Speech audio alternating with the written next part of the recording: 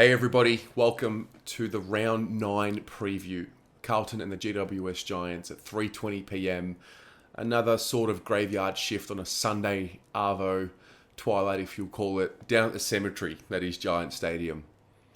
This game is an interesting one because it immediately reminds me of how far we've come, which is a positive. Obviously, it's all good now, 6-2, looking good, feeling good, in the top 4.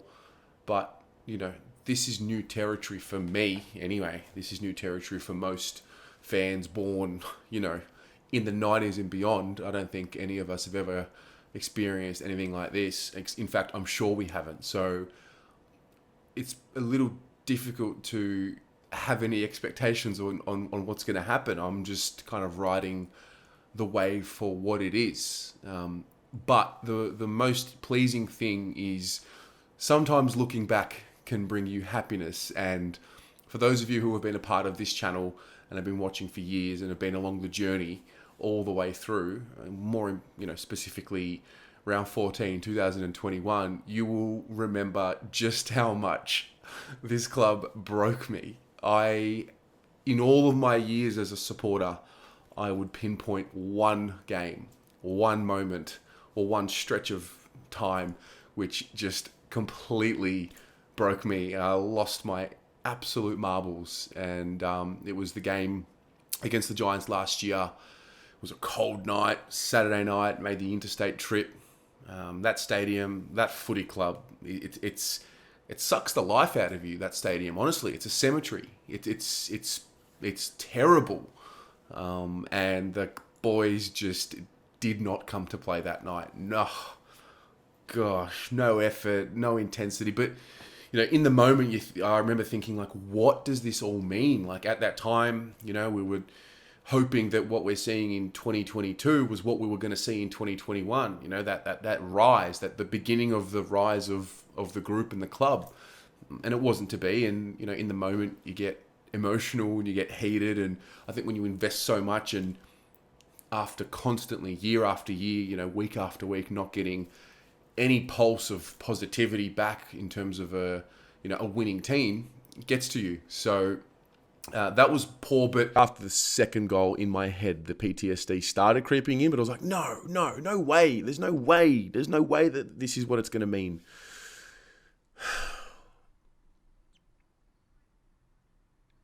But it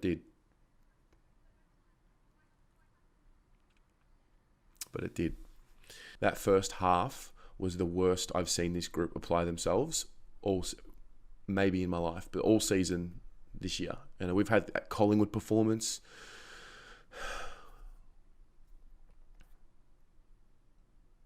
So it's just like it's getting worse. It's getting worse. 12 players didn't lay a tackle in the first half. What am I saying? Like, what am I saying there? What did I just say? 12 players didn't lay a tackle in the first half. That's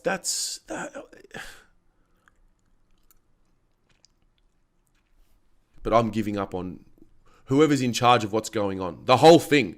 Not just the players, not just David Teague, not just the assistant coaches, but anybody who's making decisions at the football club. I have no faith. Gone. Absolutely gone. There's no soul in this group. There's no spirit. And the identity of the Carlton Football Club is one of passion. It's a key factor in who we are. We're passionate. And we play with passion and desire and spirit. And that's not there on the field. It's absolutely not there off the field. And, here we are again.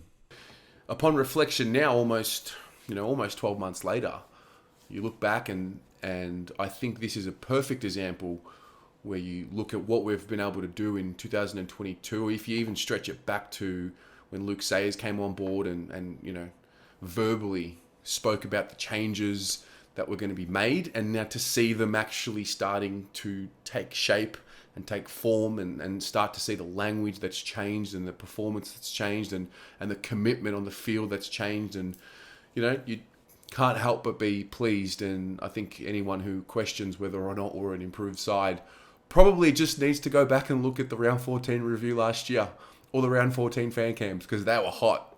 They were super, super hot. And it's really cool to have that documentation, for good or for bad. For good or for bad. We're going to ride this emotional roller coaster. That's what the fans do. That's what we invest our time and our lives into. We love it, and sometimes, in fact, I would say all the time, failure is the ingredient to success. You sometimes do need to experience failure, and you need to know what it really means to lose, in order for something to click within you at times, in order for you to make that stand and say, okay, enough is enough. And it can happen in all facets of life, whether it be your health, your business, your work, whatever it is you're doing. There is always a key message that, in my life anyway, that's been like, the failure is really what I look back on that really spurred me to turn that shit around and make good of it, and not leave the planet with regret and wasted potential. So we're on the way as a footy club. We're not the finished product yet. We've won 6 games from the first 8 rounds. Great. Doesn't mean anything when the ball's bounced on Sunday, though. It really doesn't. It means absolutely nothing. It's so fascinating because we build ourselves up week to week. We get to the game. We want the win so bad. We get it. We celebrate. And then, boom, you've got to move on. And that is beautiful. That's life, because as soon as you start thinking how good you are and start getting a little bit complacent, it can be ripped from beneath you just like that. And that's life. So I go into this game positive about the changes that have taken place on a high level, but also when you narrow it down again, this is a team that I think one of the few teams that really, really have us mentally over the last few years. I remember when the Giants first came into the league and it would be a regulation 10 plus goal win. And then it turned, and ever since it turned, it hasn't turned back the other way. I believe we have not beaten them in Sydney, the Giants. And I look at them, and if you watch my tipping video, you'll know every week I get sucked in by all their beautiful names and all of that. But the one thing about the Giants, and maybe this week will be the week that they prove me wrong, but the one thing about the Giants is they don't play with a connectedness compared to what we do. And that's just what I've seen so far in the first 8 rounds. Now, this week it might click and they might just become a beautifully connected team. I don't know, but that's my observation of the Giants. They're a team that is not playing to their potential. They know it. They've spoken about it. They're a team that has all these stars across the lines, but together it just isn't working. I'm mindful that they might be a bit fractured. I remember the bit about Leon Cameron early in the year and the contract talks and then them being stopped. And it's just, it kind of reminds me a little bit of the Dogs. There seems to be something just not quite right. So on the one hand, I'm excited because it's like, oh, maybe we're getting the Giants at the right time.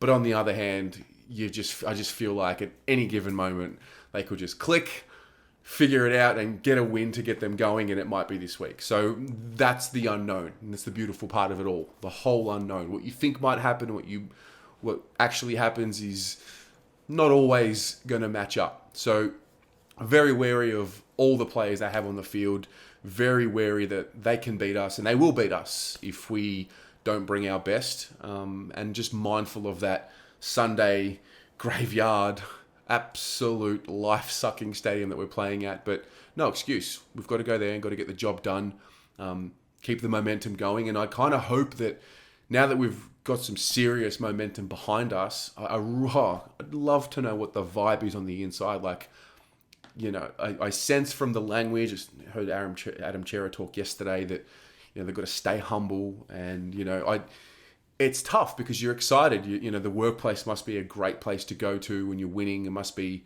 exciting. But I trust these players because they've been through the worst. Year after year, failure after failure, disappointment after disappointment. I think it's too soon to be forgetting where we've come from and getting ahead of ourselves. So I don't expect us to, but I do think this is definitely not going to be a a walk in the park. I think this is one of the more tougher assignments. I think particularly because it's away, and mentally I think the Giants have got something on us. We've never beaten them in Sydney. We actually haven't won an interstate game this season so far, and this will probably be the sample size. We've played 2 games interstate, lost them both. It could become 3. If it becomes 3, then the narrative starts writing itself, like, oh, Carlton can't travel. So I don't know. We'll see what happens, but obviously excited to keep the ball rolling and just enjoying the moment, every moment as it comes and goes. And even if we lose, that there is certainly a different way about the way we're losing this year, I feel anyway. So we'll see what happens. In terms of the team, Jack Martin, really disappointing. He's done the calf again, just seems to break down whenever a little pulse of momentum comes his way. It is what it is. Is George Hewitt going to be fit and firing if he's ready? I would assume that he just comes in and maybe we shuffle things around and put Jack Carroll onto the half-forward flank and play the Jack Martin role. I'm not really sure. The reserves had a very disappointing outing last week, just falling asleep at 3/4 time and not showing up for the 4th. So I don't know what's going to happen there. Would love to get your thoughts on that in terms of team selection. But yeah, the Giants, I expect them to come out firing because they had a really disappointing showing last week. Really disappointing. So let's see how it plays out. I'm pumped for it. You know what it's going to be. And I look forward to seeing what you have to say. Let me know in the comments below. What are you thinking about this game? And also, how are you absorbing what's going on so far? The situation that we're in. If you're a younger fan, a fan that's never experienced this, how do you feel? What is the overarching feeling? Obviously the job's not done. We're only halfway there to finals now. So give me some insight, or give us some insight as to how you're tracking at this point in the year. And I look forward to seeing what you have to say. Go the Mighty Blues.